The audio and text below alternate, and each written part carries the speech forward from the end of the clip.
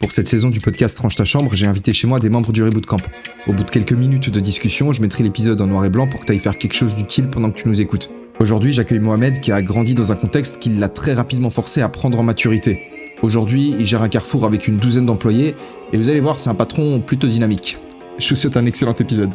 T'as un parcours exceptionnel qui sort des normes, très bon storyteller, excellente élocution. Et je pense que ça va être un épisode formidable. J'ai envie que tu nous racontes un peu qui t'es, ce que tu fais ici actuellement, d'où tu viens. J'espère qu'on aura l'occasion de parler un petit peu de ton enfance parce que tu as vécu une situation un peu inhabituelle. Je sais pas si tu auras envie d'en parler, mais c'est à toi de décider à nouveau. Bienvenue sur cet épisode de podcast en tout cas. Et mec, je t'écoute, c'est toi qui vas parler. Et moi, à la limite, je te pose des questions. Raconte-moi des histoires, mec. Écoute, merci beaucoup pour l'invitation, Elio. Budapest, c'est incroyable. Du coup, ça ressemble beaucoup à Paris, je trouve, avec la Seine, avec le niveau de l'eau, avec les deux parties, les deux rives. Je suis pas très dépaysé finalement et j'aime beaucoup Budapest. Merci encore pour l'invitation, pour cet exercice-là qui va me faire beaucoup grandir. Du coup, pour parler un peu plus de moi, donc Mohamed, j'ai 30 ans. Je suis patron d'un Carrefour City à Paris, dans le 5e arrondissement, un peu plus précisément à Jussieu. Voilà, donc 30 ans, ça fait 6 ans que je suis patron, donc j'ai démarré très très tôt à 24 ans, la franchise avec Carrefour. Un cursus assez atypique, c'est vrai. Du coup, pour poser le contexte, parce que pour moi c'est super important, je pense que c'est ce qui m'a aidé à arriver là où j'en suis, c'est que je suis fils de parents sourds et muets. Donc mes deux parents sont sourds de naissance, et par défaut, lorsqu'on est sourd, on est muet. Et donc j'ai une sœur jumelle et Dieu merci, moi et ma sœur on a été épargnés par cet handicap. Et pourquoi je dis que c'est assez particulier et pourquoi ça m'a amené à ce niveau-là, parce que en fait ça te développe très très vite, très très jeune, un sens des responsabilités quand t'as des parents qui malheureusement n'ont pas la possibilité de communiquer, de transmettre un message, de se faire écouter, de se faire comprendre. Ça devient très très difficile dans toute la sphère administrative, dans toute la sphère démarche, évolution. Et savoir que mes deux parents, du coup, ils sont étrangers, donc ils ont dû s'installer en France, voilà, comme ils pouvaient, et puis ils se sont construits comme ça.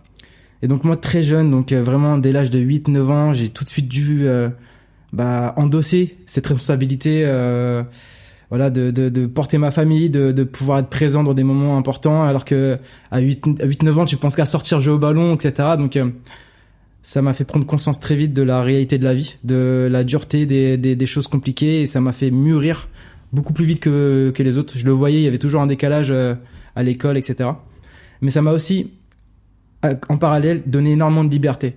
Quand tu as cette position dans ta famille, forcément, tes parents, ils sont beaucoup plus enclins à te donner une liberté, parce que comment expliquer, vu que je leur apportais beaucoup de par leur handicap, forcément j'avais beaucoup plus de laisser aller dans mon comportement, peut-être dans ma liberté.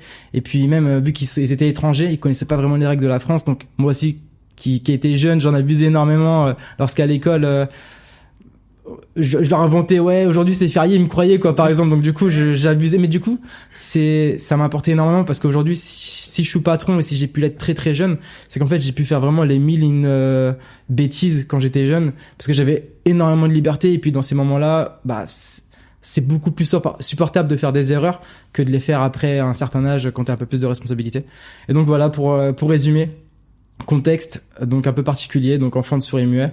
J'ai très vite pris en responsabilité, très vite pris en maturité.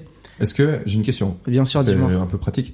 Est-ce que tu as commencé à parler plus tard que les autres enfants, vu que tes parents ne pouvaient pas parler avec toi, ou est-ce que tu as dû suivre des cours particuliers, ou ça a été à l'école ou avec ton entourage, des voisins? Tu vois, j'en ai aucun souvenir. Et ça n'a jamais été une vraie difficulté pour moi de parler. Je pense que j'ai dû l'apprendre naturellement à l'école. Mais ma langue maternelle reste la langue des signes. Ah, parce que du coup, oui, bien sûr. Ouais, donc je le parle couramment avec mes parents, et du coup, c'est ma langue maternelle. J'ai appris le français à l'école, mais maintenant que tu le dis, c'est vrai que ma sœur jumelle a justement des petites faiblesses. Donc peut-être que, je sais pas, ça dépend peut-être des gens, mais en tout cas, moi j'ai eu vraiment aucun problème dans ma scolarité, etc.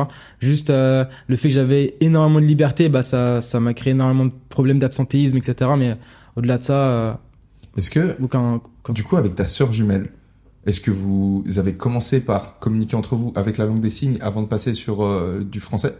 C'est une très bonne question et tu vois, Pour moi, on a toujours parlé français et c'est vrai que des fois, on parlait en langue des signes quand on était fatigué, quand tu sais, des fois, on n'a pas envie de parler, juste tu signes un mot et on se comprend et ça va plus vite, tu sais, juste par flemme, tu vois, par flemme de parler, tu signes un mot et donc ouais, enfin après. Pour moi, on parlait français, on parlait en langue des signes, c'était naturel, quoi, comme je sais pas, une personne qui parle deux langues. Ouais. Bah des fois, tu vas enchaîner les deux langues, donc. Il y a beaucoup de sourds et muets en France. T'as une idée d'un chiffre? Non, mais par contre, un truc qui est très très très intéressant, je trouve, c'est que pourquoi finalement savoir que je suis métissé, ma mère est thaïlandaise et mon père est tunisien. Pourquoi on vit en France? Pourquoi je suis né en France? Pourquoi ils ont fondé leur vie ici? Parce qu'il s'avère qu'en France, c'est le premier pays qui a créé l'école pour les sourds et muets. Historiquement, c'est le premier pays qui a essayé de construire des structures, une aide pour leur handicap. Là où mon père, tu vois, quand il était jeune, bah en Tunisie, il y avait rien qui était fait pour lui. Il a grandi bah tout seul. Quand ses amis allaient à l'école, bah lui, bah il devait s'occuper comme il pouvait. Et ça a été très compliqué pour lui. À savoir que pour sa petite histoire, pour pas trop aller trop loin, en gros à 18 ans, il est parti de son pays parce que justement il se sentait pas à sa place. Et c'est comme ça qu'il a rencontré ma mère en Thaïlande parce qu'en fait à 18 ans, il a entrepris un voyage, il a fait le tour du monde. Il s'est dit, bah en fait, je suis dans un endroit qui est pas fait pour moi. Je vois que je me développe pas, donc je m'en vais. Et du coup, avec ce qu'il avait, il a voyagé. Et c'est là où je reviens tout à l'heure quand je disais que les souris muets, ils étaient ultra communautaires. C'est que, en fait, dès qu'ils connectent, mon père, il avait des amis un peu partout dans le monde. Donc, en fait, il allait loger chez l'un, chez l'autre et il créait des connexions comme ça jusqu'à arriver en Asie. Et tu sais, il passait peut-être un an dans un pays, puis 2 mois, puis enfin, vraiment, c'était un backpacker, tu vois. Et une fois en Thaïlande, il a connecté avec une communauté en Thaïlande dont il y avait ma mère et du coup ils ont connecté et ma mère bah cette folle elle a suivi mon père dans son tour du monde et ils sont arrivés en France et ils ont vu que c'était une ville justement qui était développée, qu'il y avait des structures pour eux. Ils se sont dit que c'était le pays où fallait vivre quoi, donc du coup c'est là où j'en suis quoi. C'est incroyable, trop intéressant mec. Vas-y, je te laisse continuer mec. Bah qu'est-ce que je peux dire de plus, ouais, je suis patron d'une entreprise donc du coup très jeune et du coup pourquoi je précise du coup ce contexte, parce que j'ai compris très très vite que dans la vie, on devait s'entreprendre, on devait se faire seul, que si on ne faisait rien, bah il allait rien se passer tout simplement. Et ça, je pense que c'est une des forces que mes parents m'ont légué comme valeur, c'est vraiment fais les choses parce que si tu les fais pas, personne les fera à ta place. Donc même si j'ai eu un parcours scolaire assez chaotique parce que j'avais trop de liberté, ça m'a permis de prendre conscience très vite que parce que j'ai redoublé du coup quelques années de ma scolarité suite justement à de l'absentéisme, à trop de liberté, et je me suis en fait auto-éduqué un peu en apprenant de ces erreurs là et je me suis dit et du coup encore une fois une chance que ça arrive très tôt et très vite. Mec, je suis content de mieux te comprendre parce que j'étais en train de me dire là depuis quelques temps qu'on est en train de se côtoyer parce que Mohamed est arrivé ici à Budapest et on vit ensemble dans un Airbnb et je vois un peu comment tu fonctionnes et t'es une machine de guerre mec. Alors, ce que tous les mecs du Reboot Camp disent, ils me parlent de la légende Mohamed, qui tape 1000 pompes par jour, qui est carré, qui a fait toutes ses habitudes. C'est le mec, en fait, qui a fait, alors tu le raconteras un peu, mais qui a fait un perfect sur son mois et qui ensuite a prolongé son tracker et qui continue à faire un perfect jusqu'à des mois après le Reboot Camp. Et en fait, je comprends parce que j'étais en train de me dire, en fait, de où il tient ça? Est-ce qu'il y a un moment donné où il était dans le chaos, où il a commencé un peu à faire des choses à la zeub et il a eu un peu une prise de conscience? Ouais. Parce que de moi, ce que je connaissais de toi, j'ai l'impression que t'as toujours été quelque part, en guillemets, parfait, tu vois. Ah non, du tout. Et en fait, il y a eu cette phase vraiment où t'as foutu un peu le sbeul. En fait, je pense que c'est ça. C'est pourquoi aujourd'hui j'arrive à être très structuré et très ordonné dans ma vie. C'est parce que j'ai vécu vraiment un surplus de chaos très jeune, très vite. Et forcément, quand tu réalises la position que tu te trouves, bah, tu vas tendre vers l'opposé. Ouais. Et moi, j'ai vu que j'étais beaucoup plus à l'aise et que ça m'apportait beaucoup plus de bonheur et de plaisir d'être dans l'ordre. Et du coup, ouais, je me suis façonné cette identité grâce à ce passif-là. C'est pour ça que j'en parle très très vite dans ce podcast et que ça me gêne pas du tout d'en parler, même si c'est assez deep par rapport à mes parents, etc. Parce que c'est mon identité, c'est ce qui m'a construit. Et du coup, bah, si je peux parler un peu plus de mon cursus professionnel, du coup, je suis arrivé à 24 ans patron d'une franchise Carrefour. Comment j'y suis arrivé? Bah, tout simplement après les années de scolarité, j'ai très vite trouvé ma voie. J'ai été pris dans un Carrefour City à Paris à mes 18 ans. Après mon bac plus 2, j'ai voulu avoir un peu plus d'expérience professionnelle sur le terrain parce que justement la théorie, moi, j'ai eu un passif d'absentéisme, donc du coup, j'étais jamais vraiment animé par la théorie. J'aimais vraiment vivre l'action, être dans le feu de l'action et sur le terrain. Donc après mon bac plus 2, donc j'ai fait un bac plus 2 manager des unités commerciales.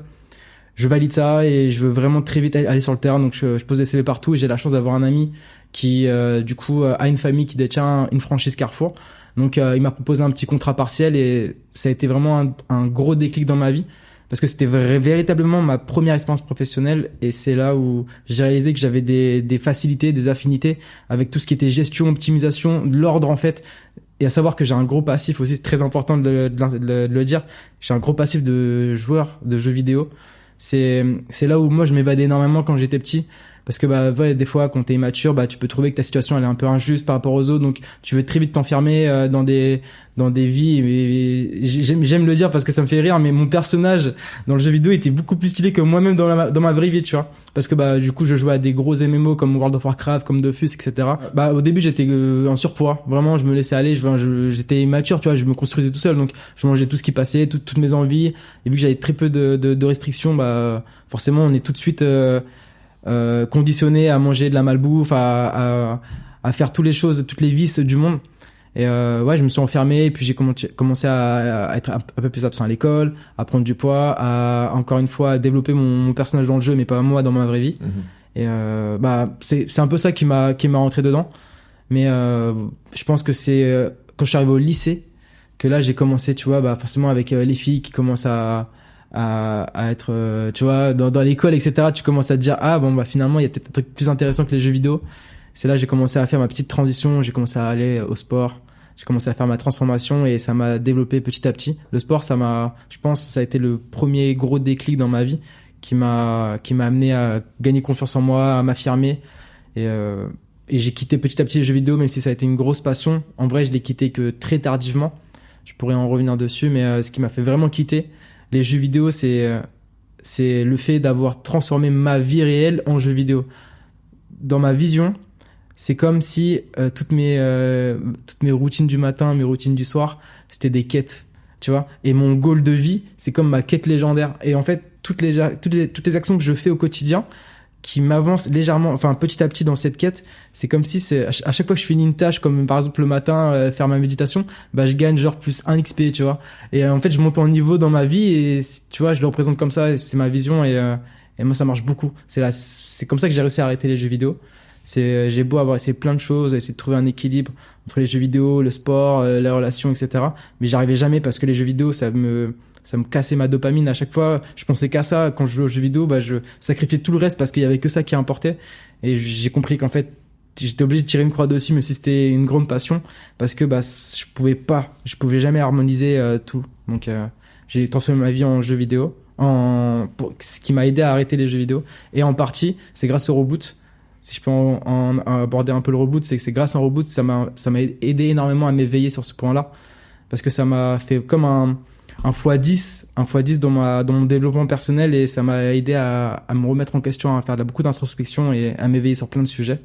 Donc voilà. Je pense que pour les gens qui jouent aux jeux vidéo et qui vraiment sont enfermés dedans et qu'ils aimeraient entrevoir un changement, il faut vraiment qu'ils implémentent dans leur vie petit à petit des actions assez inconfortables, et qui cherchent avec le temps à éprouver du plaisir et se conforter qu'en fait qu'ils sont sur le bon chemin. Et en fait petit à petit, à force de rajouter et implémenter des obligations comme la douche froide, comme la lecture, etc., en fait ils vont trouver un plaisir, parce que c'est comme à la salle de sport, quand tu fais une bonne séance, à la fin t'as toutes tes hormones qui s'éveillent, t'es en mode j'ai fait le boulot, et tu te sens bien. Donc en fait c'est juste faire cette transition de trouver le plaisir dans l'effort et pas dans l'instantané. Très juste, très bonne leçon, hein, je suis d'accord avec ça. Moi aussi je me souviens que c'était à l'armée que j'avais commencé à avoir ce switch où en gros ils nous faisaient faire des pompes à chaque fois qu'on faisait de la merde, et par esprit de contradiction, on voulait pas être des victimes et qu'on devait pomper et dire oh non c'est horrible on fait des pompes, donc limite on en redemandait, tu vois, pour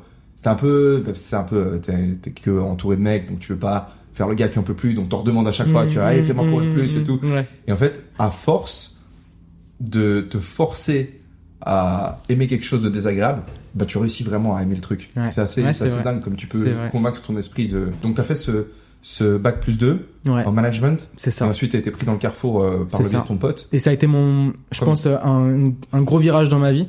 C'est là où j'ai réalisé que j'étais très bon. Tu vois, moi qui voulais vivre le terrain, qui voulais être dans l'action, en fait, j'ai vu que c'était vraiment mon élément. J'arrivais à vraiment m'exprimer à un potentiel. J'arrivais à battre énormément de travail. Je trouvais beaucoup de plaisir dans la gestion, dans l'optimisation. Peut-être que ça vient des jeux vidéo, je sais pas. Là où tu dois toujours rajouter la petite gemme qui va te donner plus 2 points de force, peu importe. Bah, j'adorais optimiser, dans ma routine quotidienne à chercher à voir comment je pourrais gagner en faisant une tâche en 10 minutes. Je vais chercher à faire la tâche en 9 minutes, puis en 8 minutes, puis en 7. Vraiment, j'avais ce challenge quotidien comme un jeu vidéo, encore une fois. Et du coup, bah, par la force des choses, à force de réussir à donner de soi, à exprimer mon plein potentiel, à vraiment abattre du travail, bah, j'ai pu évoluer très très vite. Je suis passé, bah, tu vois, de caissier, d'employé partiel à 15 heures par semaine à directeur adjoint en espace de 2 ans, où j'ai vraiment fait chef de rayon, responsable, directeur adjoint, où j'ai juste grind parce que j'ai aimé ce que je faisais. C'est un peu bateau, mais en vrai, c'est ça, c'est que pour évoluer vite dans un domaine, il faut déjà prendre du plaisir dans ce que tu fais et vraiment ne plus compter et juste donner. Et c'est comme ça que ça a fonctionné pour moi. Donc voilà, là, je me retrouve à 22 ans, je suis directeur adjoint dans un Carrefour. J'ai une question, parce qu'il y a plein de mecs qui travaillent probablement peut-être dans un resto, ils sont cuisiniers, ils sont à la plonge, ils sont serveurs dans un bar, ou ils travaillent dans un restaurant, dans un magasin Carrefour, pourquoi pas, et qui se disent qui sont pas inspirés à l'idée d'aller au travail, parce qu'ils se disent que leur travail est presque quelque chose de dégradant. Tu vas réussir à trouver du kiff et de la motivation quand t'es caissier. C'est peut-être, j'imagine qu'il y a plein de mecs qui se disent qui n'arrivent pas à avoir en fait l'opportunité de progression qu'ils ont. Alors il y a pas dans toutes les structures où tu peux grimper comme ça hiérarchiquement, parfois tu peux pas.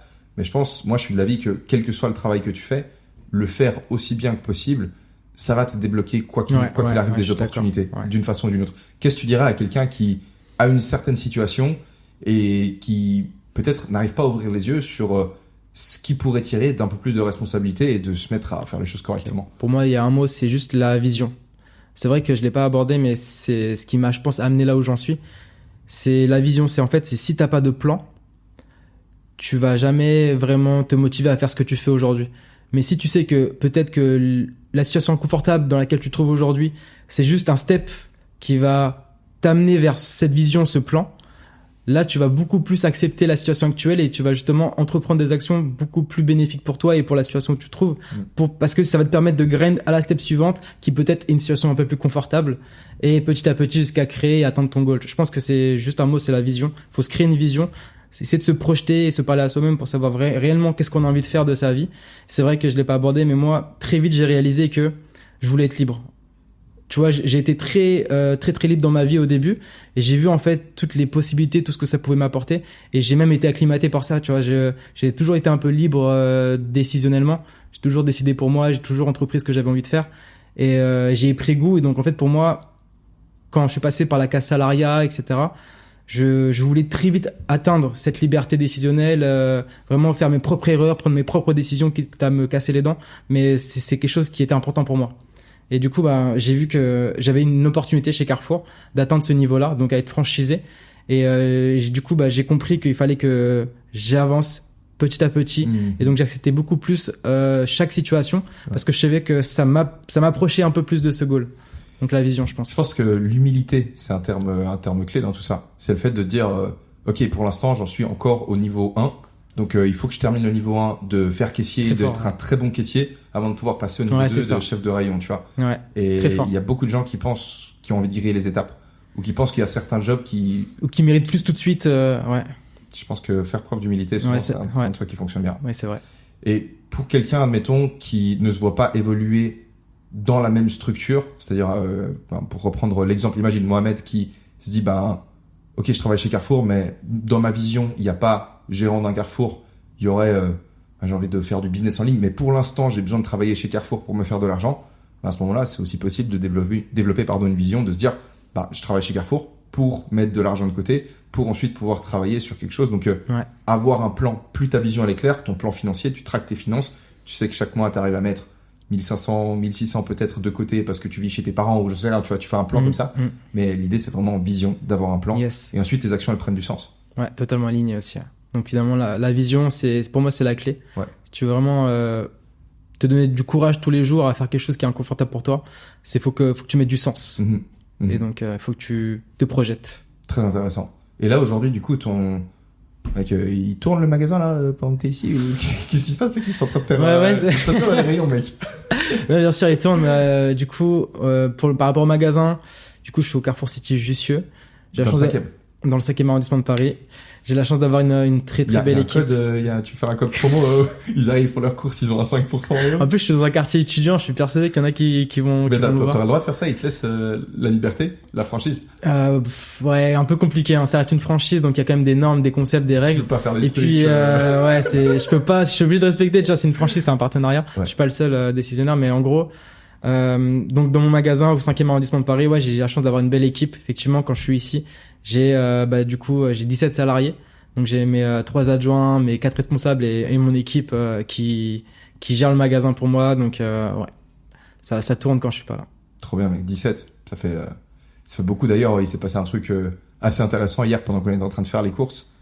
Il y avait, je sais pas si t'as envie d'en parler parce que je trouve que c'est, moi perso, j'ai vu ça comme une belle illustration de l'unité qu'il y a dans ton équipe et de la manière dont tu manages le reste de l'équipe qui va probablement regarder ce podcast. Hein, Peut-être tomber dessus. Mais ouais, c'est vrai que c'est important de le dire. C'est vrai que moi, je fais un peu partie, je vais dire, de la nouvelle génération en termes de management, où à l'ancienne, on était en tant que manager souvent un peu plus dans tu la fermes et tu travailles, si t'es pas content, je te remplace. Justement, là, je trouve qu'on est beaucoup plus dans la communication. Et moi, c'est ce que j'applique au quotidien avec mon équipe. Vraiment, j'essaie de leur apporter le maximum de valeur, même si je suis leur employeur et qu'on est liés professionnellement. Bah, j'hésite vraiment pas à essayer d'aborder peut-être des notions personnelles pour essayer de leur apporter peut-être je sais pas moi, un mot sage ou je sais pas, une réponse sur une problématique que moi j'ai déjà vécue, qu'ils sont en train de vivre, pour vraiment essayer de leur apporter de la valeur pour qu'ils puissent voilà, se sentir le mieux possible dans mon magasin et pour que derrière ils puissent pouvoir abattre un peu plus de travail parce qu'ils se sentent bien dans leur vie, bien dans leur tête et qu'ils sont pas parasités par des émotions négatives. Moi, je pense que c'est le management de demain. Bien sûr, ça demande plus de temps et plus d'énergie, mais c'est super important de miser sur l'humain. Pour moi, c'est ce qui est le plus important parce que il y a un retour sur investissement de dingue. Quand tu investis sur l'humain, tu te rends pas compte de tout ce qui peut t'apporter derrière. Et du coup, l'exemple d'hier, c'est qu'effectivement, j'ai eu malheureusement une de mes collaboratrices qui a dû arrêter son contrat. Et quand tu as une équipe justement soudée, avec qui t'as apporté beaucoup, forcément dès que j'ai une galère, je peux tout de suite compter sur eux et ils sont les premiers à se rendre disponibles parce que justement il y a cette réciprocité qui se crée vu qu'on s'apporte tout le temps de la valeur et qu'on veut grandir vraiment ensemble. C'est beaucoup plus simple en tout cas pour moi de gérer toutes les parties managériales parce que j'ai créé des vrais liens extra professionnels en fait.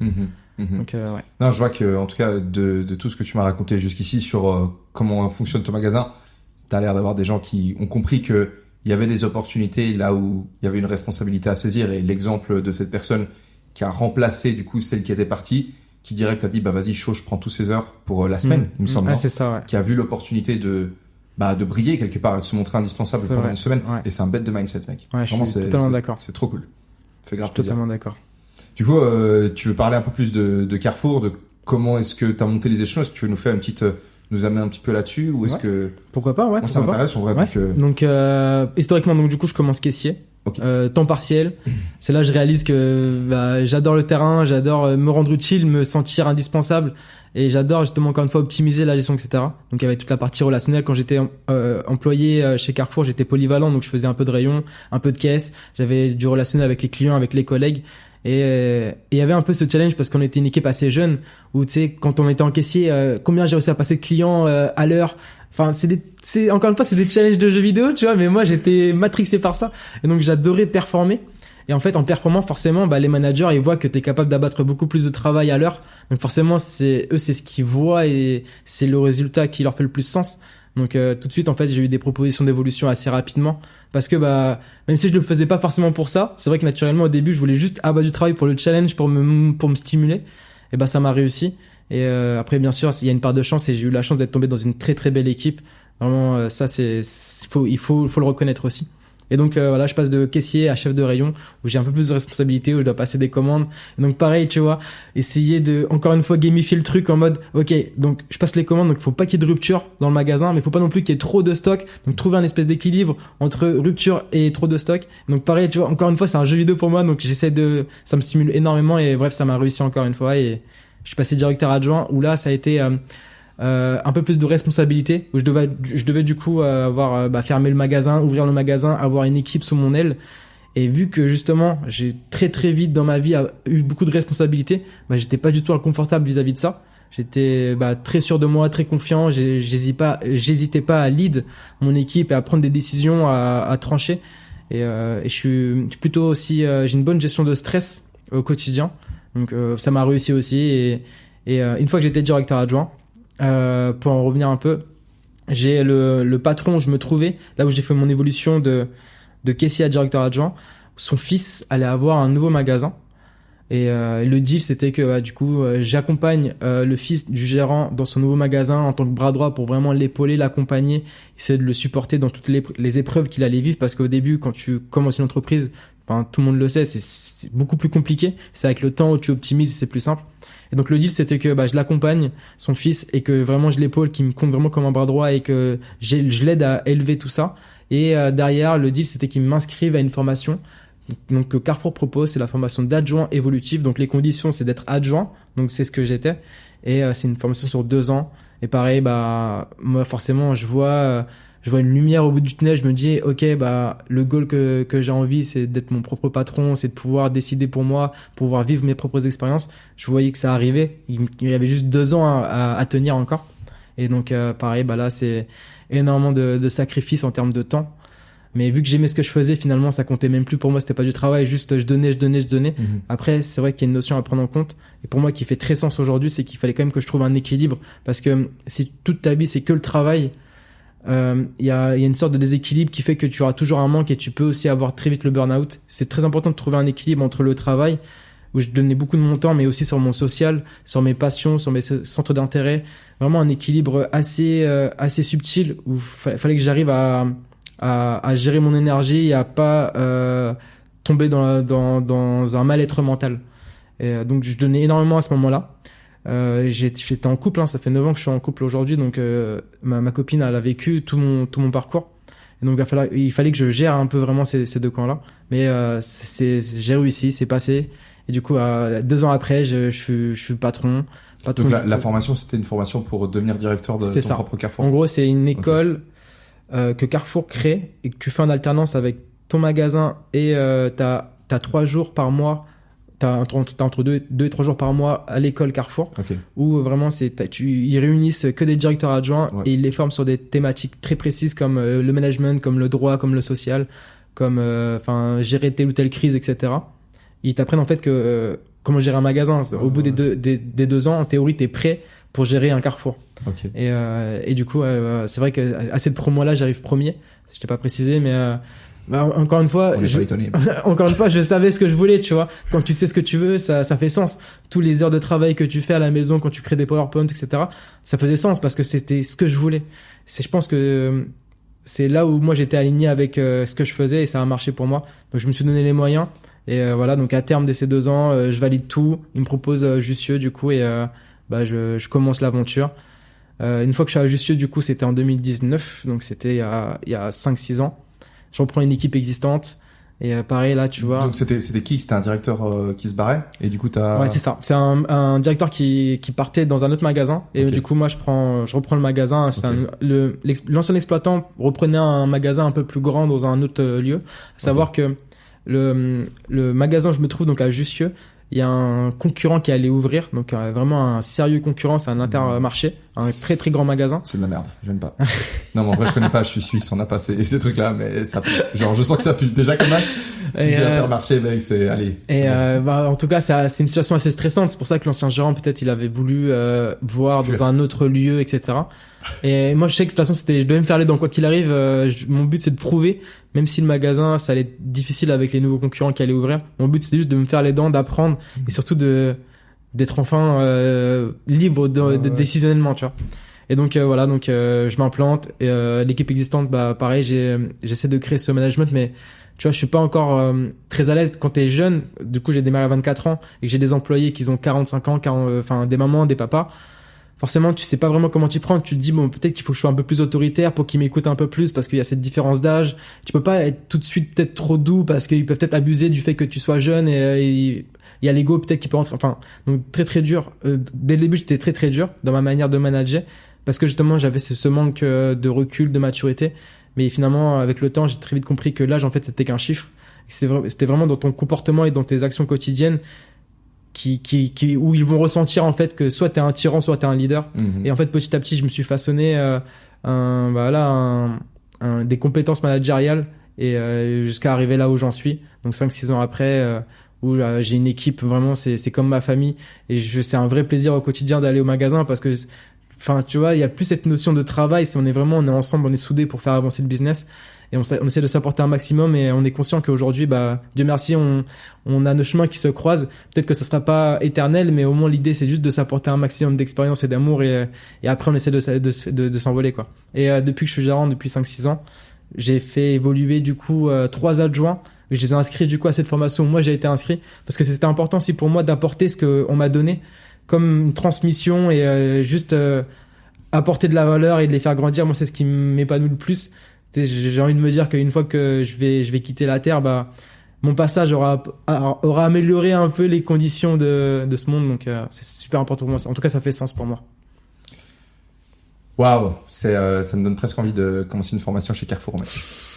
Pour revenir un peu sur cette histoire de vision qui avait l'air d'être assez rapidement claire pour toi, au tout début, t'expliquais que tu voyais le job de caissier, tu savais pas forcément où est-ce que ça pouvait évoluer, mais tu t'es juste dit, vas-y, je vais faire le meilleur taf possible en tant que caissier. Et c'est au moment où on t'a proposé de t'inscrire dans cette école pour être directeur et ouvrir ton propre magasin que t'as pu voir, entre guillemets, le goal final. Le goal final jusqu'à un certain point, parce qu'on a toujours des nouveaux buts au fil qu'on avance dans la vie. Mais par moment, j'imagine que t'as eu des doutes. En tout cas, je pense qu'il y a des gens qui écoutent ça, qui disent, ouais, ok, moi, pour l'instant, je vois un objectif qui me fait envie, mais il y a peut-être celui-là, et il y a peut-être celui-là. Et souvent, c'est l'indécision, c'est le fait qu'on ait peur de se tromper et de pas choisir la meilleure option quelque part, qui fait qu'on choisit rien. Et quand on choisit rien, on n'est pas vraiment engagé dans notre travail et on fait pas vraiment l'autre truc complètement non plus. Et ne pas faire les choses à 100%, c'est ce qui nous fait stagner. C'est là qu'on n'apprend pas, qu'on vit pas réellement de vraies expériences. Comment t'as géré face au doute? Est-ce que t'avais une façon de juste te dire, ok, je suis pas certain de vouloir faire directeur Carrefour, mais go, je fais la formation, je continue à avancer. Est-ce que t'avais une méthode quelque part dans ta tête pour avoir vraiment cette vision claire et continuer à avancer? Non, c'est vrai que t'as raison, c'est que la vision, elle est jamais vraiment claire. T'as juste elle reste toujours un peu floue. Tu te dis que, ok, cette voie-là, je suis incertain du résultat, mais en tout cas, elle a l'air d'être un peu plus rose que cette voie-là. En fait, c'est juste prendre un chemin. En fait, quoi qu'il arrive, tu sauras jamais comment ça va se terminer. Il faut juste que tu passes à l'action. Et peut-être même si tu fais une erreur ou quoi, faut juste trust le process, se dire que quoi qu'il arrive, si tu sens qu'au fond de toi c'est le chemin qui te semble le préférable, il faut juste que tu trustes et que t'essayes. Et dans tous les cas, si tu rentres dans un mindset où même si même si tu t'es trompé, faut que tu te dises que soit t'as réussi ou soit tu apprends. Faut vraiment te dire toujours ça, que t'as jamais perdu ton temps, t'as toujours appris quelque chose. Donc juste passer à l'action, prendre une voie, la voie qui te semble la préférable et trust the process, tu vois. Je pense que c'est comme ça que j'ai fait, tu vois. Je pense que c'est le problème qu'il y a beaucoup de personnes qui attendent d'avoir le truc parfait avant de se lancer, et une fois qu'ils ont choisi quelque chose, vu qu'ils sont pas certains à 100% que c'est ça, ils osent pas se lancer à 100%. Et si tu vas pas à 100%, tu découvres jamais, si tu veux, est-ce que réellement c'était mauvais pour toi ou est-ce que c'était bon pour toi. T'es obligé d'aller au bout des choses. T'es obligé. Et en fait, je pense que quand t'as commencé comme caissier, tu t'attendais pas à ouvrir ta propre franchise. Non, c'est évident, c'est vrai. Comme tu dis, la fin, on la connaît jamais. Donc c'est juste faire le premier pas. C'est comment ce proverbe chinois qui dit genre un voyage de 10 000 pas ou je sais pas de 100 millions de kilomètres qui commence par un seul pas. Ouais. Et en fait, c'est à chaque fois ça. C'est juste faire le premier pas. Quel est le meilleur truc à faire maintenant et go. Étape par étape. C'est ça. Mais hyper inspirant en tout cas. Vraiment, vraiment classe, mec. Merci du coup, beaucoup. Intermarché, moi ça m'intéresse. Comment ça se passe là? Pour donner quelques chiffres, quand j'ai démarré du coup l'aventure franchise, j'avais des objectifs de chiffre d'affaires à peu près 1,4 million l'année. Et du coup, l'Intermarché a ouvert 1 an après mon ouverture. Donc ils ont ouvert en 2020. Mais c'était une année assez difficile pour nous parce que à ce moment-là, il y a eu le Covid, donc le confinement en France, c'était assez compliqué. Ils ont fermé toutes les frontières. Et ils ont fait aussi fermer les écoles. Moi qui étais dans un quartier très touristique et très étudiant, moi j'ai vécu vraiment une année très très difficile, même émotionnellement, parce que c'était assez nouveau pour moi. Moi j'avais beaucoup de choses à prouver à Carrefour et forcément le contexte en tout cas ne me laissait pas l'opportunité de pouvoir exprimer mon potentiel.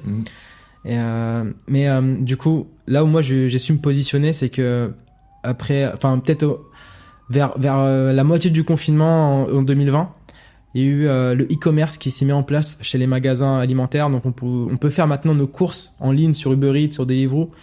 Et moi, très vite, en fait, je me suis positionné dessus parce que j'avais des grosses difficultés financières d'entreprise, etc. Il fallait que je rémunère mes salariés, etc.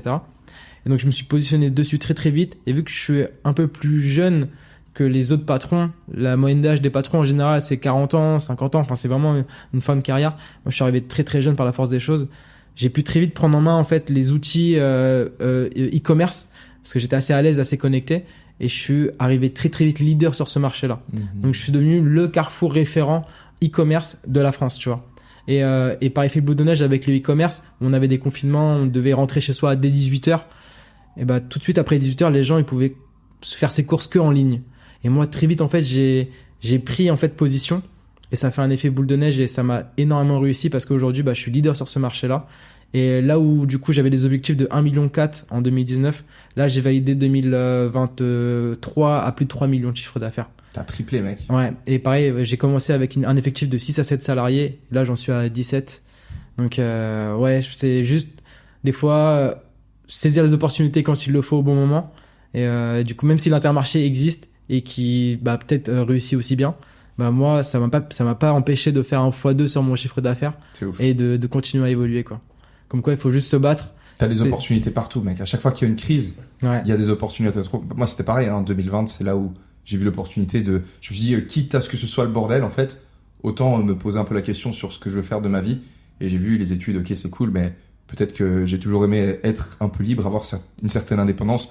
Donc, est-ce que vraiment je me vois dans un cabinet d'avocat ou une boîte d'assurance? Et putain, je me dis, c'est quoi, lance un podcast, lance-toi sur ta chaîne YouTube. Et c'est ça, tu vois le chaos, et il y a des opportunités dans le chaos. Et il se trouve qu'en me lançant sur YouTube, en même temps, vu que c'était le confinement et que tout le monde regardait des vidéos sur YouTube, ça m'a donné un petit tremplin qui m'a permis de me lancer avec plus de facilité que dans d'autres circonstances.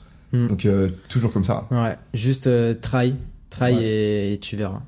Hyper cool. Je te propose qu'on fasse une petite pause parce que tu le sais peut-être pas, mais ma caméra parfois surchauffe. Ok. Et là, c'est pas encore le cas, mais ça ne saurait tarder. Donc, on fait une pause, je la mets dans le congélateur.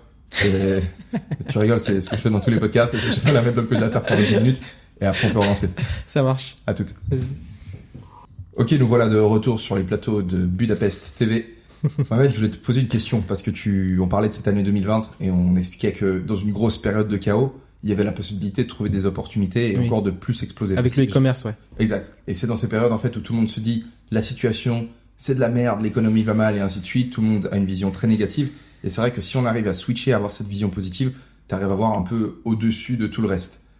Est-ce que pour toi, ça a été facile, ça a été naturel d'adopter du coup cette vision, de dire ok, il y a moins de ventes qui se font dans le magasin, génial, en fait, il y a les opportunités e-commerce et c'est évident et tu vas dessus, ou est-ce qu'il y a quand même eu des phases un peu sombres, tu vois, parce que je veux qu'on s'identifie un peu à toi en fait. Est-ce que c'était sombre quand même un peu ou... C'est vrai que t'as pas tort. Alors de base dans ma vie je suis plutôt positif, j'essaie toujours de voir les choses positives dans toutes les choses.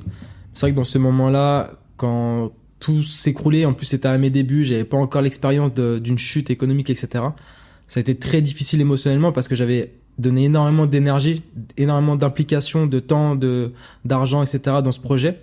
Quand je vois que les objectifs sont pas au rendez-vous, quand je vois que j'ai des galères financières, de trésorerie, etc. pour pouvoir payer les charges quotidiennes du magasin, c'est vrai que mentalement ça a été très très très très très dur parce que ma vie c'était ça un peu, c'était travail et un peu mon social, mais c'était vraiment beaucoup de travail.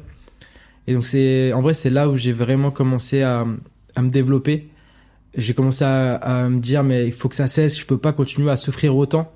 Parce que j'étais vraiment au quotidien dans la souffrance, j'étais vraiment pas bien, j'arrivais pas à changer ma situation, que ce soit mentalement, que ce soit par rapport au magasin, j'ai l'impression que j'avais pas de contrôle sur la situation et ça me terrorisait.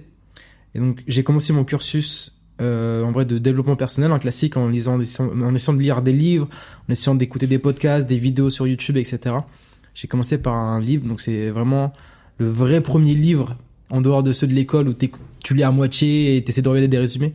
Le vrai premier livre que j'ai acheté et essayé de lire tout seul, c'est The Miracle Morning Malheureusement, le nom de celui qui l'a composé, je sais plus. Je crois que c'est Hal Elrod, je sais plus. Mais c'est The Miracle Morning, c'est un livre assez connu qui justement traite un peu plus du bien-être mental, de justement de se prioriser dans sa vie, de commencer sa journée par des actions pour soi avant de penser à ses projets, aux autres.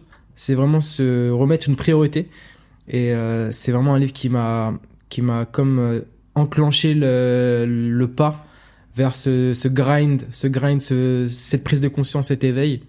Et c'est dans ces moments durs où justement j'ai essayé de trouver des réponses à ces douleurs. Et j'ai fini par me développer et puis à regagner confiance, à regagner en vision. Parce que quand t'es pas bien, tu broies du noir, tout est flou. Et même s'il y a des opportunités à gauche, à droite, tu les vois pas, c'est vrai.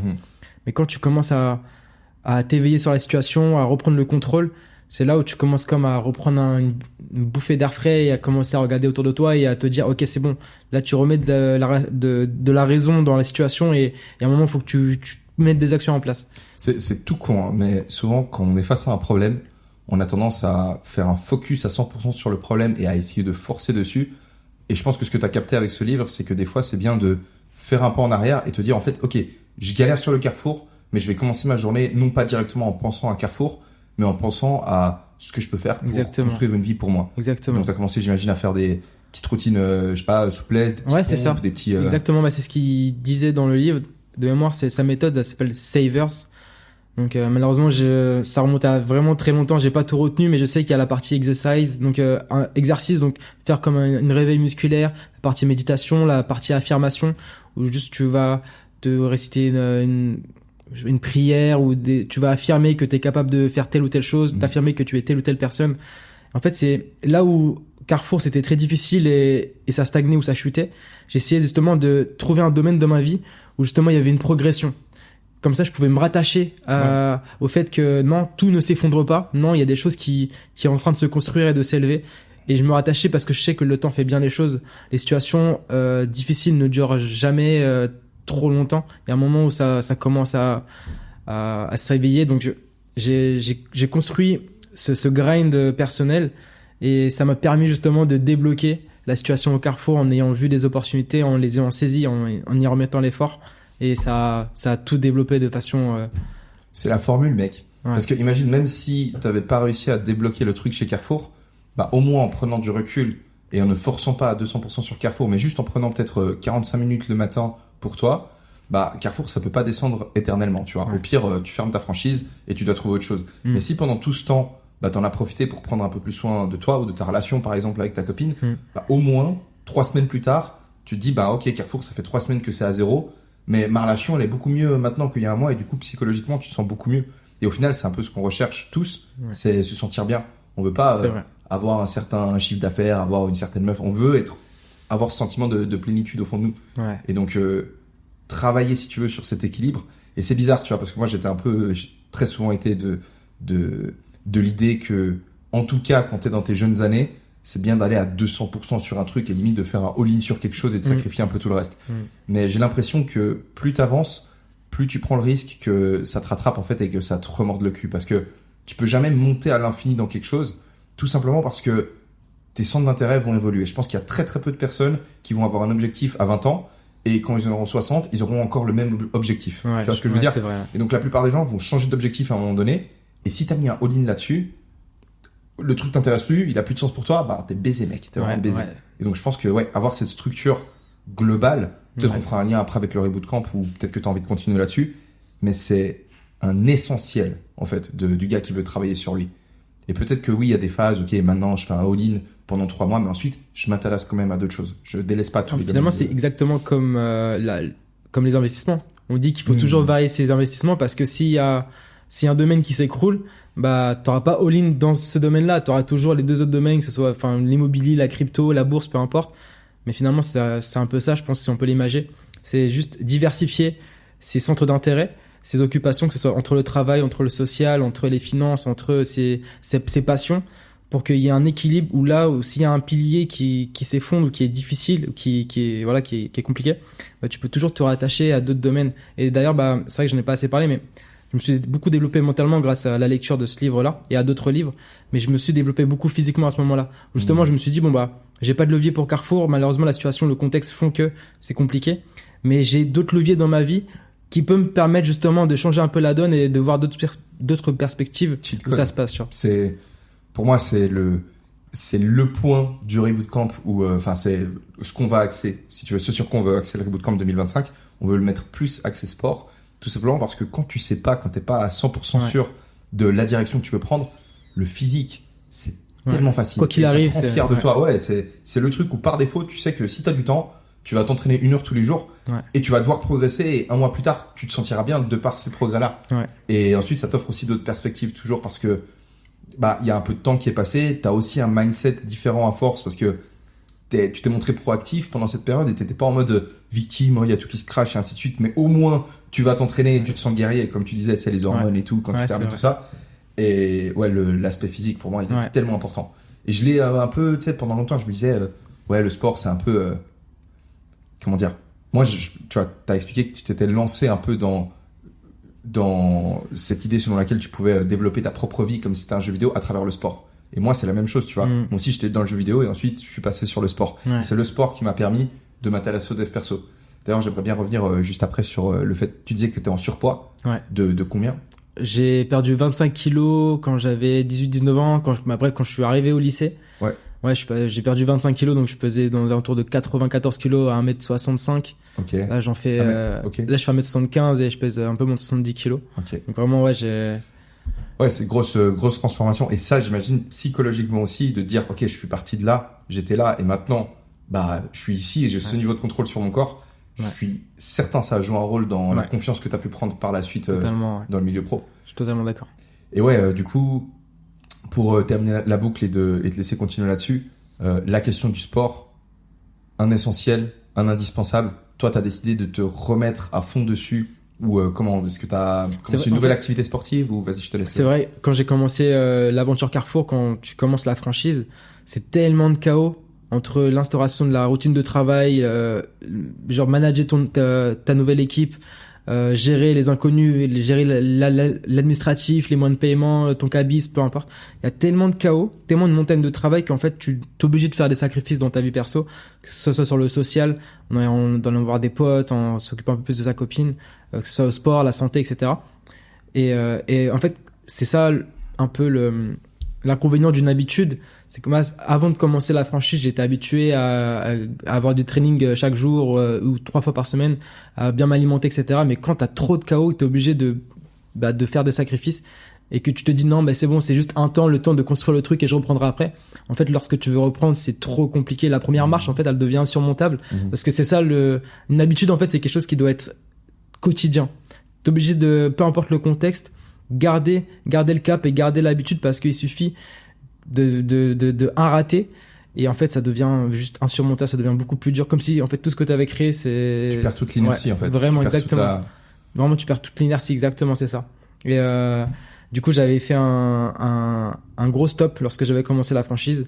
Et tu vois, c'est un peu un cercle vicieux finalement. Quand tu vis un moment difficile au magasin, mais qu'en plus t'as pas les autres piliers, c'est encore plus fort. Ouais, c'est encore plus fort parce que tu te dis putain merde, attends, j'ai arrêté le sport pour ça. J'ai fait beaucoup de sacrifices socialement pour ça. Et donc l'entreprise, il coule aussi. Donc finalement, j'ai tout perdu. Et donc, donc là, c'est juste une reconstruction, mettre son ego de côté, accepter la situation et petit à petit remettre des actions. Accepter que, par exemple, on était niveau 15 à un moment. Et là, accepter que juste, t'es revenu niveau 1 et tu acceptes et tu remontes niveau 2, niveau 3, niveau 4. Même si t'étais déjà niveau 15, non, tu fais pas de 0 à 15. Tu remontes les marches, step by step, comme t'avais fait de base. Donc, Ouais, et surtout que le plaisir, tu le prends en te voyant grimper de niveau à niveau. Ouais. Donc en fait, si tu fais de niveau 0 à 15 en l'espace d'un mois, ok, tu kiffes beaucoup pendant ce mois-ci, mais de 1, comme on l'a vu, tu crées un déséquilibre, ce qui te met en danger par la suite. Alors que si t'étais passé, tu vois, de 0 à 1, de 1 à 2, tu sais, t'as ce kiff progressif, de tous les jours tu travailles, tu sais que tu montes les niveaux et tu fais durer le truc plus longtemps. Parce qu'on a souvent tendance un peu à voir la vie comme une course, le premier qui arrive à tel endroit. Au final, je pense que je sais pas, moi j'ai l'impression que plus je prends de l'âge, plus je me rends compte que ça a aucun sens, tu vois. Plus, tu sais, on en parlait, c'est avec toi qu'on en parlait, tu sais, de visualiser sa propre mort et de réaliser qu'en fait, ces objectifs qu'on se fixe, ils ont une certaine importance. On en parlait avant-hier, je crois. Ouais, c'est ça. Ces objectifs qu'on se fixe, Bien sûr, ils ont du sens, ils sont nécessaires parce qu'ils nous permettent de se lever le matin et de savoir ce qu'on fait, et c'est important. Et ensuite, on se sent rapprocher, et s'ils ont du sens pour nous, ça fait du bien. Mais souvent, on peut n'avoir que eux en vue, on peut délaisser notre relation, on peut délaisser du temps avec des proches, des choses qui au final sont beaucoup plus importantes que ça. Et on oublie qu'en fait, on va mourir. Tu vois, Ouais. et que quand on va mourir, en fait, ça aura aucun sens, en fait, de faire ce truc. Si maintenant on mourait, bon là, c'est assez stylé, tu vois, on a un podcast assez cool, mais si on avait passé l'après-midi à travailler sur nos ordis, et que pendant qu'on travaillait, boum, on était mort, on aurait été un peu deg, tu vois, d'avoir vécu nos dernières heures de vie sur nos ordis. Parce qu'en fait, c'est pas ça le plus important. Ouais, c'est vrai. Et c'est vrai que la dopamine, c'est qu'on sécrète quand on a ses objectifs, elle est kiffante, donc on a envie de se mettre all-in.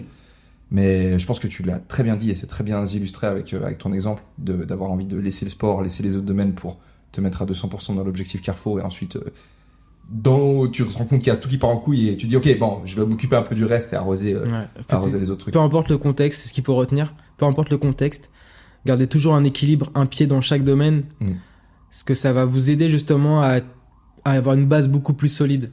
C'est vraiment ça. Émotionnellement, c'est super important de créer un équilibre, même si il y a un pilier qui demande plus d'investissement, plus d'énergie, que ce soit le professionnel. Toujours garder un pied dans les autres domaines qui sont très importants de sa vie pour qu'on puisse vraiment avoir une base solide et accepter et endurer les coups durs s'il y a un pilier qui s'effondre, pour pouvoir la reconstruire petit à petit grâce aux autres où ils sont plutôt encore stables. Très juste. Et au final, comment ça s'est développé du coup cet épisode 2020 où tu décides de remettre un petit peu d'équilibre avec des morning routines du coup, ou bien c'est ça. En gros, ça a commencé par ça. Ça a commencé par vraiment énormément de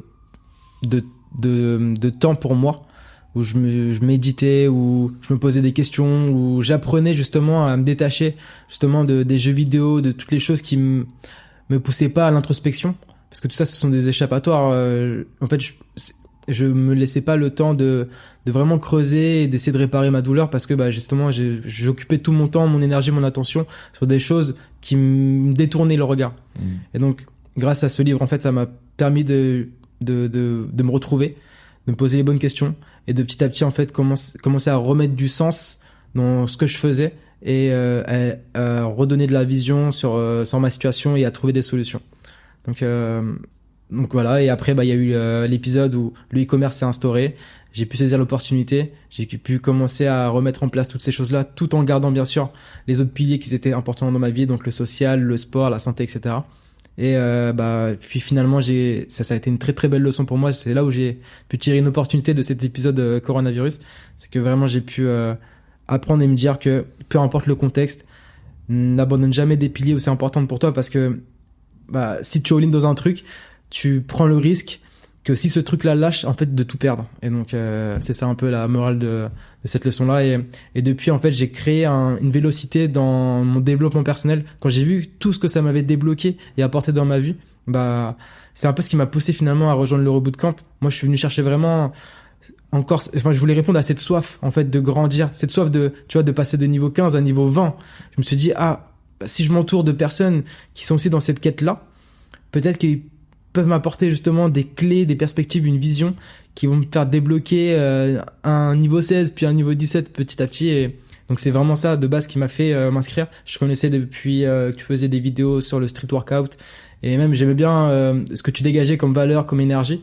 Donc j'ai très très vite adhéré, et je me suis dit que lorsque tu avais sorti ça, je sais même plus comment j'avais vu l'offre, mais tout de suite je me suis dit mais c'est lié, il faut que alors, à savoir aussi que j'ai jamais acheté de formation.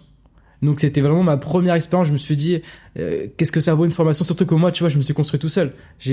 Toute ma jeunesse, je me suis auto-éduqué, j'ai essayé de tout faire tout seul, j'ai voulu avoir ces envies de liberté tout seul, et du coup je me suis créé un peu comme un ego où c'est moi qui dois m'apprendre des trucs et personne d'autre.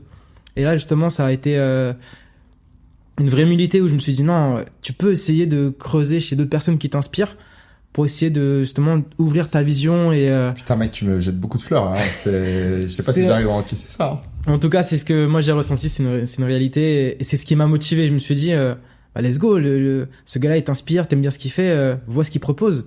Et même c'est un peu comme un sentiment de réciprocité aussi. Tu donnes beaucoup de valeur dans ton contenu sans peut-être même le savoir, mais je suis persuadé qu'il y en a beaucoup qui te regardent et ils ont mis des actions de leur vie grâce à toi et qui se sont développés. Et grâce à ce développement, à cette valeur que tu nous as apporté, bah, ça a été aussi comme une raison pour moi en plus de me dire, au moins je peux te rendre quelque chose de tout ce que tu as pu m'apporter, de par ton contenu. Je me suis dit, ok, bien sûr ça va me développer, c'est dans mon intérêt aussi. Mais si en plus je peux t'aider, bah, du coup dans ton projet de Rebootcamp, bah, let's go, tu vois. Et du coup, bah, c'est ça qui m'a motivé à entreprendre cette action de m'inscrire en 2023 à la fin. Putain, méga lourd. J'ai envie de te relancer aussi là-dessus, mais j'ai eu une réflexion assez intéressante, c'est sur le all-in. Tu sais, j'en parlais avec... je sais plus exactement... J'en parlais avec ma mère, en fait. Des fois, tu sais, je me mets pas mal de pression par rapport à des objectifs comme, par exemple, le Rebootcamp. Et de façon générale, dans ma vie, si tu vas devoir réussir à faire beaucoup de choses. Et c'est vrai que quand t'es dans le creux de la vague, c'est...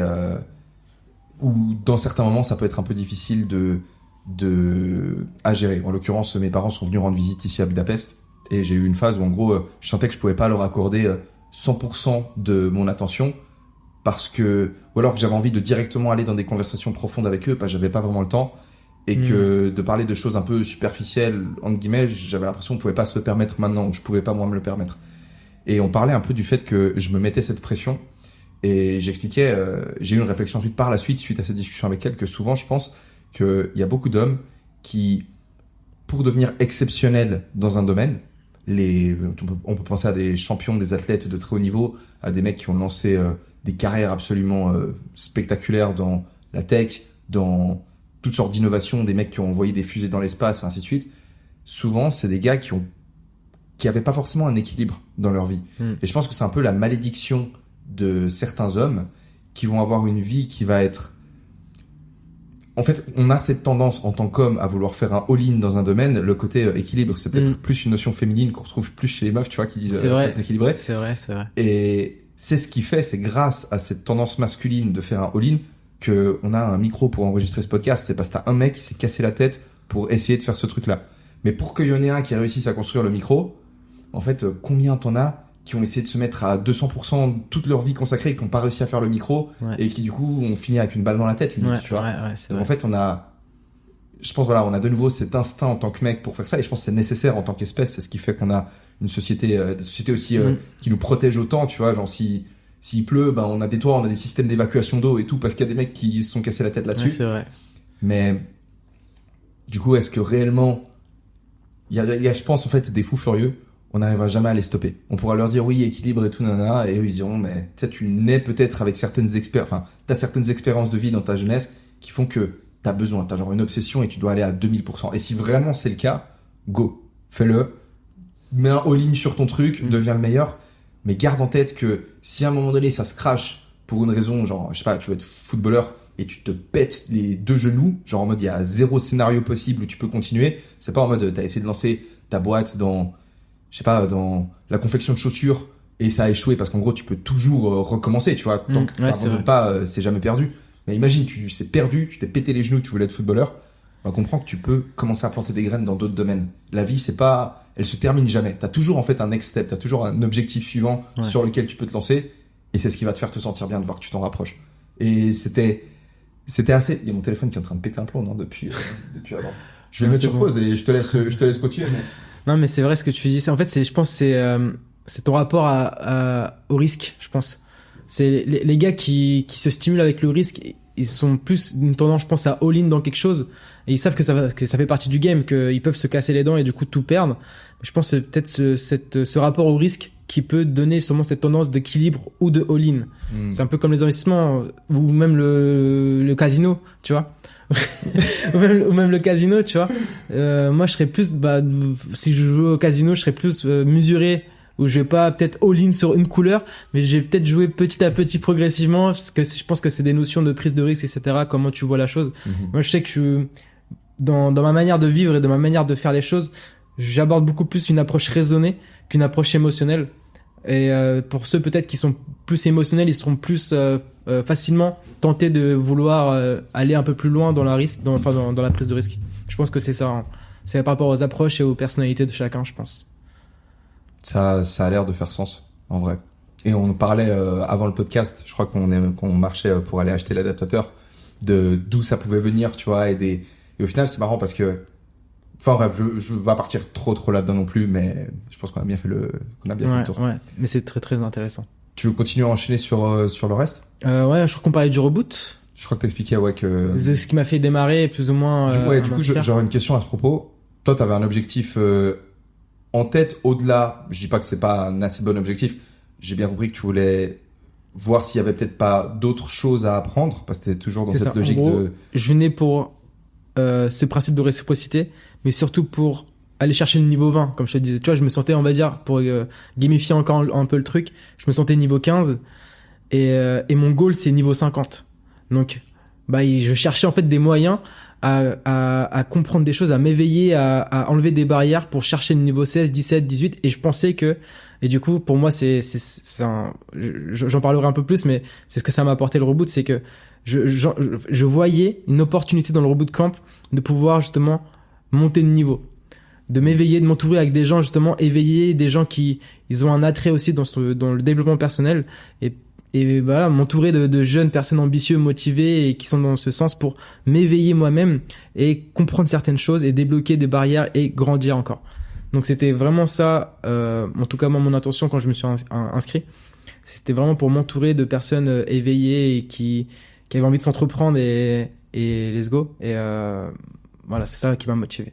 Bah vas-y, raconte du coup comment ça s'est passé, je parle l'embarquement, qu'est-ce qui rencontre avec ton groupe peut-être, les différents modules, tu peux parler de peut-être des expériences qui pendant le programme, t'as peut-être, j'imagine, tu t'attendais à voir ou à apprendre certaines choses, tu disais je pense que je vais peut-être apprendre, il y a moyen que j'apprenne quelque chose dans tel domaine, et peut-être au final t'as appris quelque chose dans un domaine différent. Comment t'as vécu ton expérience de façon globale pendant le programme et peut-être ensuite après le programme? Donc moi j'ai fait partie de la section blindée. Savoir que la section qui a remporté l'édition 2024. Tu peux la dédicacer à tes gars, mec. Et les blindés, on est les meilleurs, les gars. Je peux la laisser là? Bien sûr. Ouais. Let's go. Et du coup, j'ai fait partie de la section blindée pour l'édition 2024. J'ai été affecté, on était des groupes de 6. Donc j'étais affecté avec 5 autres mecs. On a appris à se connaître, on a appris à se découvrir. Chacun avait une situation totalement différente. Il y avait un gars qui venait de Suisse, un gars qui venait de la Guyane française. C'était ultra stimulant de pouvoir s'entourer justement de personnes aussi intéressantes et aussi vraiment avec l'envie aussi de se développer comme moi. C'est déjà ça m'a comme donné une force. Ça m'a encore plus focus. Quand t'es tout seul dans ta bulle et que tu essaies de te développer, forcément t'es motivé, mais il y a moins de pression sociale où tu vas te dire si un jour t'as pas eu le temps de faire ça, c'est un peu pas grave. Alors que là vraiment tu rentres dans une aventure avec d'autres personnes, et surtout qu'on avait des obligations. Donc chaque jour on avait, moi j'appelle ça encore des quêtes, mais chaque jour on avait des tâches à respecter le matin, le soir, etc. Et à chaque fois que tu ratais, que tu cochais pas une case, et c'était tout ton groupe qui devait en payer le prix par des pompes à la fin de la semaine. Donc on appelle ça le purgatoire du coup. Et en fait, ça m'a fait réaliser une chose, la force de la pression sociale. Et on avait cette liberté justement de se rajouter des quêtes, donc de se rajouter des obligations chaque jour. Et je me suis rajouté du coup cette obligation quand j'ai pris conscience de la force de la pression sociale. Je me suis rajouté le fait de partager en story Instagram justement mon quotidien, ma vie. Là où je trouvais que j'avais une faiblesse. Et donc du coup là, tu vois, je pense que je suis passé du niveau 15 au niveau 16 quand j'ai fait ça. Parce que j'avais... justement un peu cette lacune sociale où souvent moi je suis quelqu'un de assez introverti, je suis dans ma bulle, je grind de mon côté et des fois tu construis des liens très très forts durant ta scolarité, durant ton travail avec des collègues, etc. Et ces relations là en fait tu finis par les perdre avec le temps parce que tu renoues pas les liens quand le contexte vous sépare et que toi de base t'es pas de nature à reprendre des nouvelles ou quoi que ce soit. En fait je me suis rendu compte qu'il y avait des liens forts qui me tenaient à cœur que j'avais perdus et je me suis dit qu'est-ce qui pourrait m'aider justement à gagner socialement? Et tout simplement, c'est juste à partager des stories. Donc, je partageais des stories tous les matins quand je faisais des pompes, je le partageais. Je partageais tout ce que je mangeais pour essayer de motiver les gens à traquer un peu leur nourriture, à essayer de discerner la bonne nourriture des mauvaises, etc. J'essayais juste de donner de la valeur.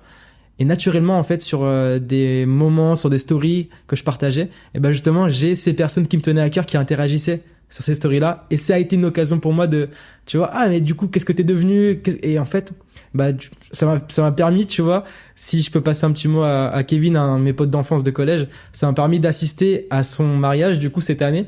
Parce que justement, il a interagi à une de mes stories qui part du reboot camp, tu vois. Cette idée a émergé grâce à ça.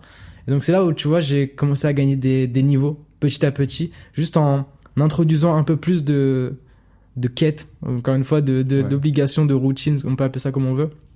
Et donc ça, c'est vraiment quelque chose que j'ai appris énormément grâce au reboot. C'est vraiment la force de la pression sociale. Quand tu sais que tu t'engages socialement dans quelque chose, ou quand tu sais que quand tu t'engages socialement dans quelque chose, et bah quand t'as pas envie de le faire, quand t'as la flemme, bah tu te dis mais les autres là ils vont pomper si tu le fais pas. Ou les autres ouais, tu t'engages socialement pour faire un truc, si tu dis que ce jour-là tu dois rendre telle chose et que tu le fais pas, bah tu vas être jugé par les gens à qui tu t'es engagé. Et toi, je pense que tu te mets pas mal de pression aussi, tu vois, de par ton rôle de manager. Ouais. T'as un exemple à donner, tu peux pas dire aux gens ouais faites ci, faites ça, et toi ensuite te branler, tu vois, dans les stocks, mec. C'est impossible de faire ça. Non mais tu vois ce que je veux dire. Ouais, totalement, c'est vrai. Mais c'est vrai, en fait, je pense que je marche comme ça. En tout cas, moi, ça m'a énormément réussi. Et effectivement, j'ai fait un mois perfect où j'ai réussi à cocher toutes les cases, parce que moi, vraiment, la pression sociale, ça a été une très très grande source d'énergie pour moi. Vraiment, il y a des jours, je suis tombé malade pendant le mois de janvier, tu vois, avec le froid, etc., avec tout ce chaos que je devais ordonner. Bah, je tombe un peu malade, mais ça m'a pas empêché de faire mes obligations. Encore une fois, le contexte ne doit pas, en fait, t'empêcher de faire ce que tu dois faire. Et moi, ça m'a appris d'énormes leçons, et ça m'a permis aussi de construire des vrais liens. D'ailleurs, des liens qu'on a pu approfondir parce qu'on a eu un meet à Barcelone en 2024, du coup, en mars. Et non, ça m'a apporté énormément, que ce soit socialement, que ce soit dans ma vie. J'étais déjà dans ce cursus de développement personnel, du coup, depuis 2020, grâce au Covid. J'allais dire à cause, mais non, c'est grâce, tu vois. Toujours voir le bon côté des choses. Vrai, mec. Et en fait, t'as fait vraiment un accélérateur. Vraiment, j'étais déjà dans ce cursus-là, mais tu m'as permis vraiment de débloquer quelques barrières, de débloquer une vision un peu plus forte. Et ouais, du coup, je continue depuis 2024 à maintenir cette routine-là, ce tracker que t'as créé grâce au reboot. En fait, je me suis dit, mais le mois de janvier, il a été incroyable. J'ai tellement grain, je suis monté niveau 18. Go, mon gars, on va continuer Pourquoi s'arrêter, en fait, même si le reboot camp, c'est sur un mois? Pourquoi s'arrêter en février? Non, tu vois tout ce que ça t'a apporté, tu le continues, tu le maintiens, même si t'es tout seul dans ta bulle, même s'il y a plus les notions de section, de groupe, de pression sociale. Et tu continues, tu lâches pas. Et du coup, je l'ai maintenu en février, en mars, et jusqu'à aujourd'hui, on est en octobre. Et j'ai toujours mon tracker. Tous les jours, je coche mes petites cases, toutes mes petites quêtes qui me donnent un peu d'XP et un peu de gold, tu vois. Et en fait, c'est ce qui m'épanouit, c'est ce qui me rend heureux, c'est ce qui me permet de grandir dans ma vie. Et moi, c'est ça qui me rend heureux, c'est d'avoir l'impression que je mets des actions au quotidien pour moi, pour ma vie, pour ma santé, pour pouvoir vivre juste la meilleure vie que je puisse vivre, tu vois. C'est quoi l'état d'esprit avec lequel tu t'es engagé dans le programme pour pouvoir réussir à en tirer quelque chose? Parce qu'au final, on peut avoir un programme qui dit n'importe quoi à partir du moment où la personne n'applique pas, où la personne ne l'aborde pas avec le bon état d'esprit, il y aura rien du tout. Tu vois, dans le dev perso, il n'y a pas de done for you. Toi, tu me parlais de ça un petit peu. Je peux pas faire les choses à la place des gens. Et toi, du coup, t'es arrivé avec l'envie d'apprendre. Donc peut-être ça t'a permis de spot le fait que tiens, peut-être que je pourrais partager des stories sur Instagram pour renouer contact avec des gens. T'as partagé du coup sur un compte perso sur lequel d'habitude tu partageais rien. En fait, juste sur mon compte personnel d'Instagram où tu vois, je suis plutôt le profil qui partage rien, qui juste regarde la story des gens. Là juste j'ai entrepris de partager juste ma routine sans vraiment mettre de contexte. Je partageais tout et rien, et du coup effectivement, en fait, je pense qu'on revient sur ce qu'on disait tout à l'heure, c'est sur la vision. Quand j'ai commencé, quand je me suis engagé dans le reboot camp, j'avais une vision claire. J'étais venu pour chercher quelque chose. Et donc forcément, une fois que j'étais clair avec ma vision, pour moi, c'était évident que je devais entreprendre des actions, malgré qu'elles soient difficiles, pour aller chercher ce que je suis venu chercher, tout simplement. Et donc, je me suis pas inscrit sur un coup de tête. Quand je l'ai fait, c'était vraiment décidé. Je savais pourquoi je le faisais. Et tout simplement, c'est peut-être pour ça que ça a aussi bien marché pour moi. Peut-être parce que j'avais une vision, encore une fois. Oui, c'était difficile le matin quand tu devais prendre ta douche froide, quand tu devais méditer, quand tu devais faire les 500 pompes au purgatoire le dimanche, c'était pas facile. Mais je le faisais quand même parce qu'encore une fois, je sais pourquoi j'étais là. Je pense que avant d'entreprendre un engagement fort comme celui-ci, faut vraiment que vous soyez conscient de pourquoi vous le faites, le why, tu vois, on dit souvent le pourquoi. Soyez conscient de pourquoi vous le faites parce que, encore une fois, c'est pas du done for you, c'est quelque chose de difficile et il faut vraiment en être conscient, sinon, vous n'allez pas trouver ce que vous êtes venu chercher. Très intéressant. T'as eu des fois des doutes internes en mode tu dois faire les 500 pompes et tu te dis putain, ça fait vraiment chier quand même de faire 500 pompes. Et ça peut être ça peut être des doutes sur un autre point.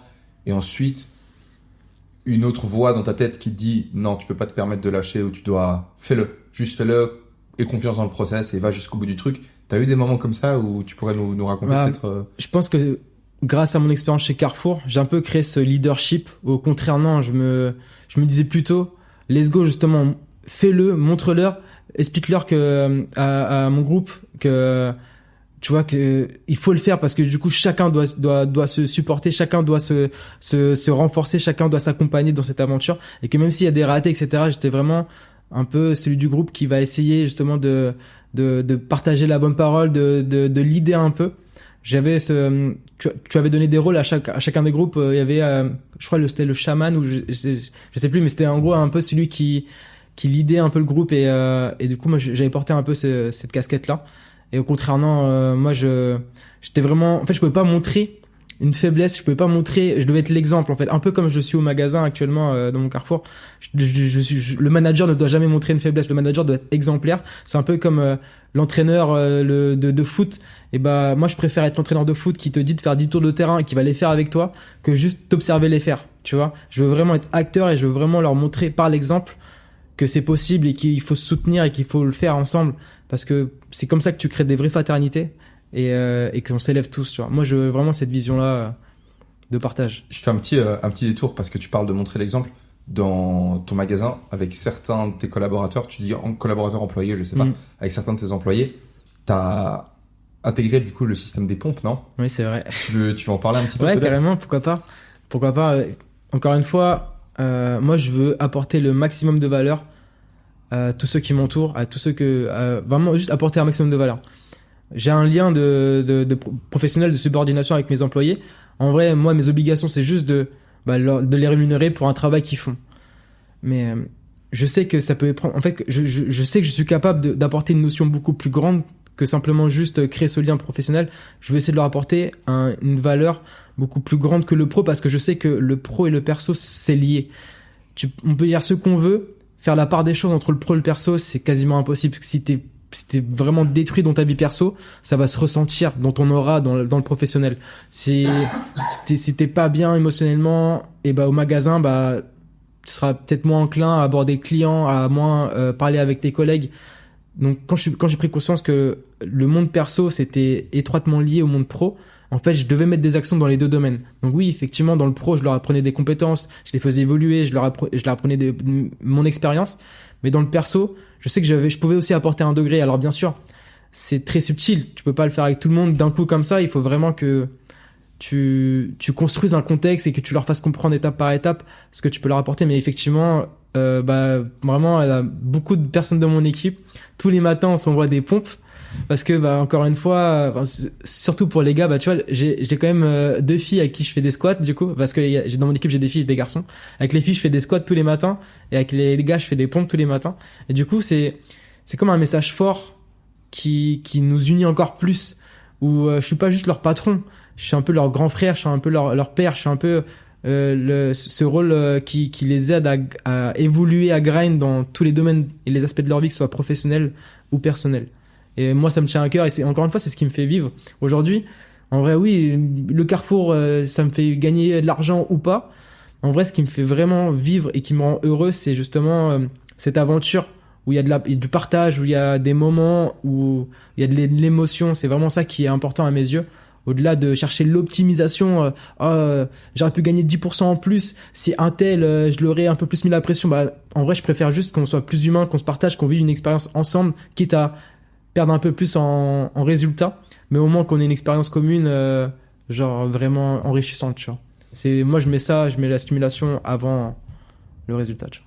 C'est ce qui me fait vibrer. C'est hyper important parce qu'on réalise pas, surtout, j'imagine, en tant que manager.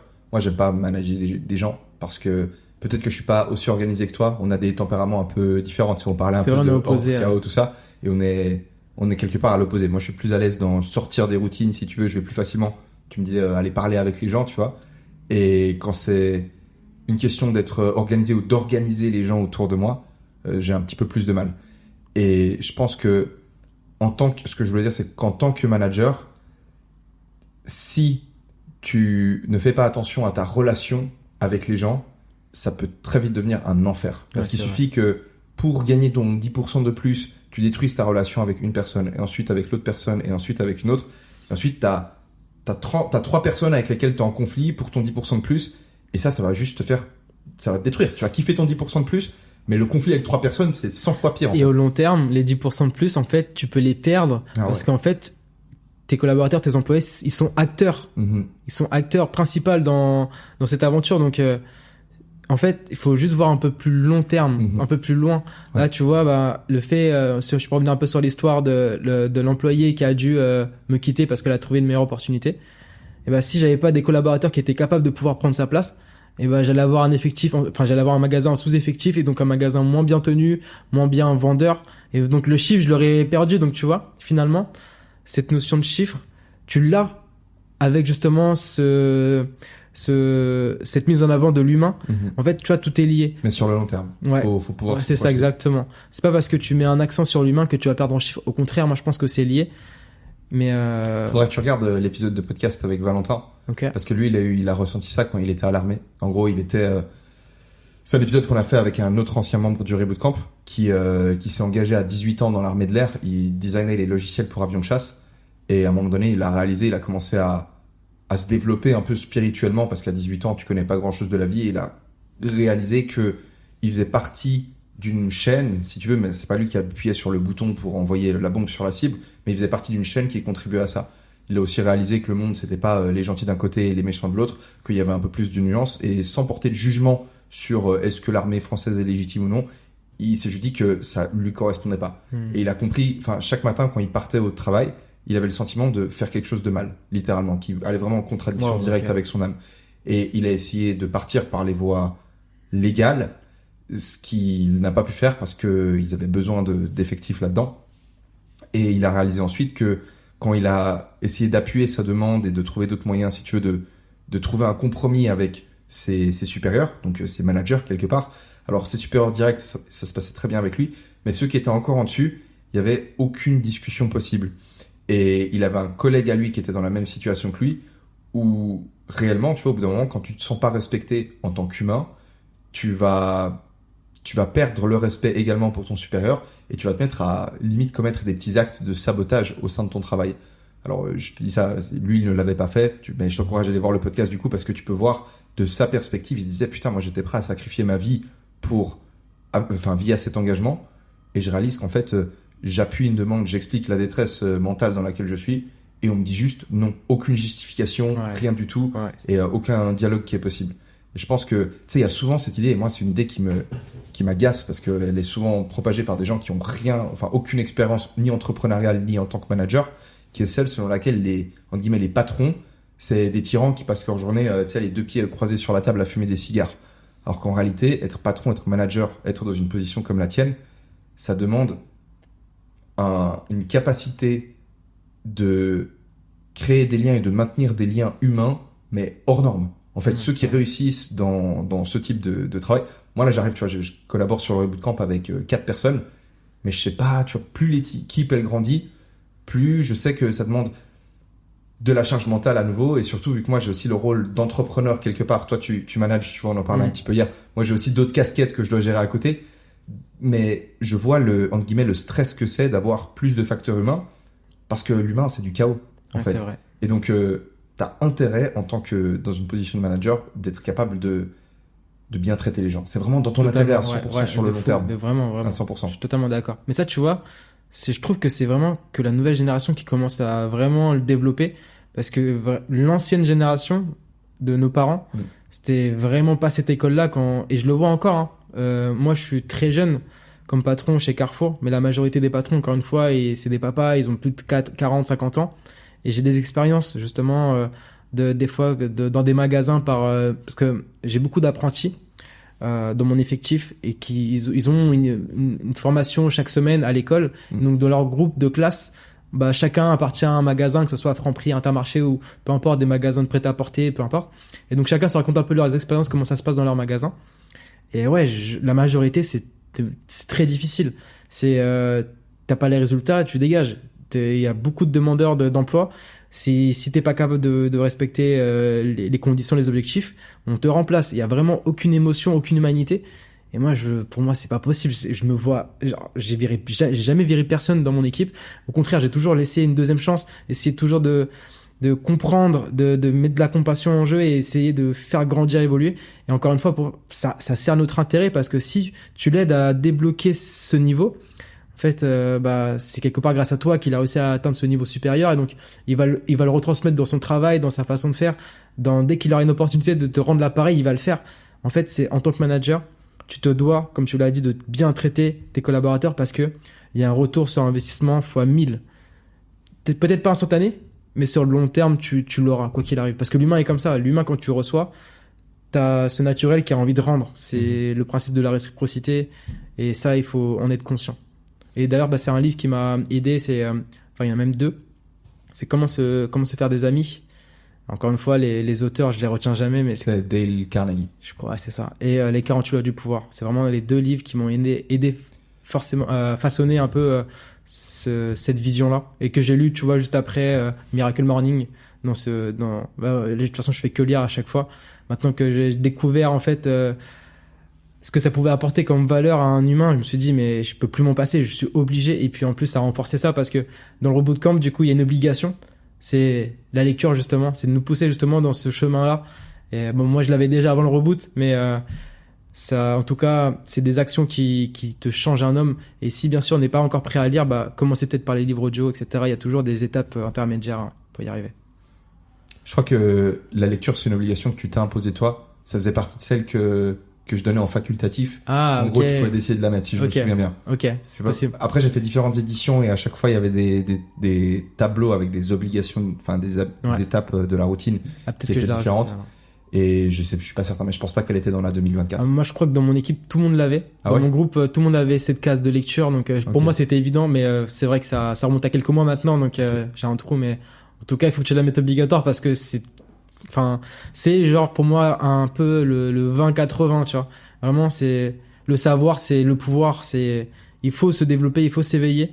C'est que comme ça que tu débloques tes barrières et que tu trouves des solutions à tes problèmes. C'est par le savoir. Donc après, tu peux apprendre de plusieurs façons, par les livres, par le podcast, par juste s'entourer de bonnes personnes qui peuvent nous partager par leur présence certaines choses, mais il faut se développer, il faut toujours avoir soif d'apprendre quelque chose. Et ça, c'est super important. C'est ça, mec. Et ensuite, appliquer, si possible. Ouais, parce effectivement. Que souvent, on apprend plein de choses, mais on reste un peu dans les mêmes actions tout le temps.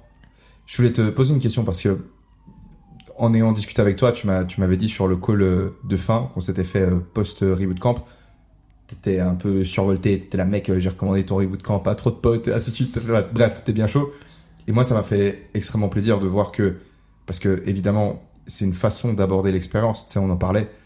Si tu viens avec un état d'esprit fermé ou en pensant que les choses vont être faites à ta place, que t'as pas une vision claire de ce que t'as envie de tirer du programme, tu vas pas réussir à en tirer quelque chose de bien. Là, on a des mecs qui nous écoutent, qui vont probablement prendre une place. Quel état d'esprit est-ce que tu penses au-delà de la vision? Est-ce que tu aurais peut-être des conseils à leur donner pour s'assurer de réussir correctement leur expérience? Moi, j'en ai un qui me vient en tête, déjà, parce qu'on en a un peu parlé hier.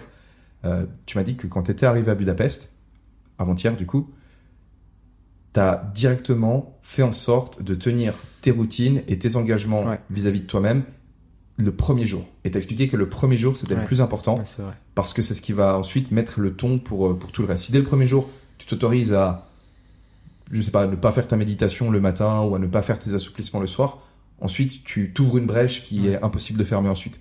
Donc je pense qu'il y aurait ça déjà, dès le premier jour, dès le 1er janvier, faire les choses absolument parfaitement. Et ça, je veux vraiment insister là-dessus sur le programme parce que je suis très d'accord avec toi. Tu auras peut-être d'autres façons d'aborder le programme, façons d'aborder l'aventure pour qu'ils aient le meilleur reboot possible et qu'ils puissent faire un perfect comme toi. Ou alors, même s'ils échouent à un moment donné, qu'ils tiennent pas une habitude, comment ils se remettent sur le droit chemin. On t'écoute, mec, parce que t'as plein de paroles sages. Je pense que t'as beaucoup intégré plein de concepts de dev perso et donc ouais, très curieux. Je reprends des notions de Jordan Peterson. D'ailleurs, tu t'en as traduit énormément des chapitres. C'est vraiment cette notion d'ordre et de chaos. Moi, je sais que dans ma façon d'être, je suis plus du côté ordre. Je suis beaucoup plus à l'aise et dans l'ordre, dans l'organisation, dans la planification, dans la structuration, dans le traquage. Moi, c'est quelque chose qui me conforte et qui me rassure énormément. Et effectivement, quand je vois que je suis dans une phase de chaos, vraiment, la meilleure façon pour répondre au chaos, c'est l'ordre. Effectivement, le reboot camp, c'est un sorte de chaos. Tu es dans un nouvel environnement, tu as des nouvelles choses à mettre en place dans ta vie. Et c'est très important de très vite instaurer de l'ordre, comme par exemple ici à Budapest. Donc moi, j'ai toutes mes routines du matin, du soir, qui est mon ordre.